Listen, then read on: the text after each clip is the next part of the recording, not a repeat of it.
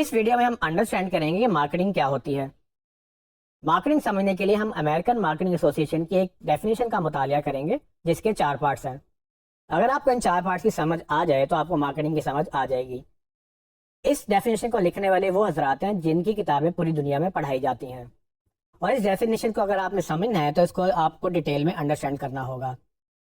सो ये डेफिनेशन है, marketing is the activity set of institutions and processes for creating, communicating, delivering and exchanging offerings that have value for customers, clients, partners and society at large।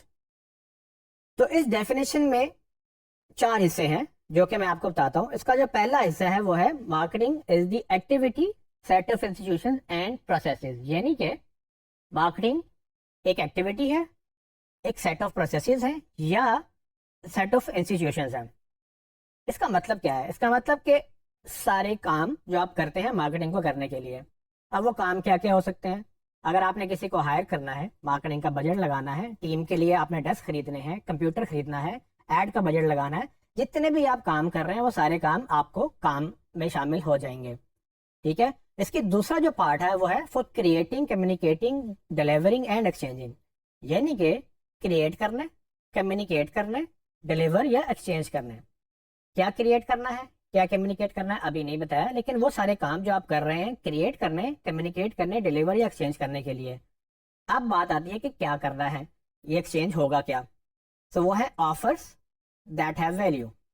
तो इन्होंने product या service की बात नहीं की, इन्होंने बात की ऑफर्स, और वो भी ऑफर्स जिनकी वैल्यू है। किसके लिए? For clients, customer, society at large, और बाकी जो ऑडियंस आपकी, जिसको आप ऑडियंस कह सकते हैं, वो सब शामिल हैं। तो इन 4 पार्ट्स को अगर हम अंडरस्टैंड करें तो मार्केटिंग एक ऐसा प्रोसेस है जिसका काम है कम्युनिकेट करना या डिलीवर करना। क्या? वो ऑफर्स जिसकी वैल्यू है, किसके लिए?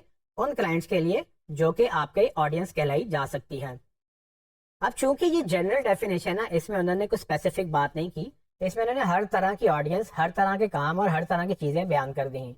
हमने ये समझना है कि इसमें से हमारे लिए क्या अहम बात है और हम इसको कैसे अपनी मार्केटिंग समझने के लिए अंडरस्टैंड करेंगे। सो पहले पार्ट की अगर बात करें तो पहले पार्ट में तो सिर्फ एक्टिविटीज थी। अब एक्टिविटीज क्या होंगी? वो आप अगर टीवी पे जा रहे हैं तो डिफरेंट एक्टिविटीज हैं, अगर आप अखबार में ऐड लगा रहे हैं डिफरेंट एक्टिविटीज हैं, और अगर डिजिटल की बात करें तो डिफरेंट एक्टिविटीज होंगी जो कि हम आपको इस कोर्स में पढ़ाएंगे भी। उसके बाद बात आती है कि कम्युनिकेट करना या डिलीवर करना। ये वो पैगाम है जो आप एक जगह से दूसरी जगह पे पहुंचाते हैं। मतलब है कि आपकी प्रोडक्ट है, उसके बारे में आपने अपनी ऑडियंस को बताना है, तो वो क्या मैसेज है, वो क्या चीज़ है, वो जो कम्युनिकेट कर रहे हैं आप, वो कम्युनिकेट करने वाला जो सेकंड स्टेप है उसके लिए जो भी आप एक्टिविटीज़ करते हैं वो शामिल हैं। फिर तीसरी बात है ऑफर्स की। ये इंपॉर्टेंट है। ऑफर इसलिए इंपॉर्टेंट है कि यहाँ पर उन्होंने ये बात नहीं की कि आपकी प्रोडक्ट या सर्विस, बल्कि बात की ऑफर की। तो क्या फ़र्क है प्रोडक्ट, सर्विस और ऑफर में?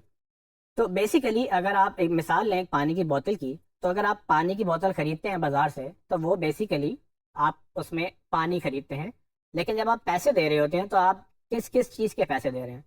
वो बेसिकली एक ऑफर है। फॉर एग्जाम्पल, पानी की कॉस्ट है 10 रुपये, लेकिन उसमें बोतल की भी कॉस्ट होगी, उसमें इस बोतल को मार्केट करने की भी कॉस्ट होगी। वो जो हजरात इसको बना रहे हैं, पानी को मैन्युफैक्चर कर रहे हैं या बोतल को मैन्युफैक्चर कर रहे हैं, उसको बॉटलिंग में पैकेजिंग कर रहे हैं, ट्रांसपोर्ट कर रहे हैं, वो पेट्रोल का खर्चा आ रहा है, वो मशीनरी का जो खर्चा आ रहा है, वो सब चीज़ें कैलकुलेट करके इनकी कॉस्ट निकाली जाती है।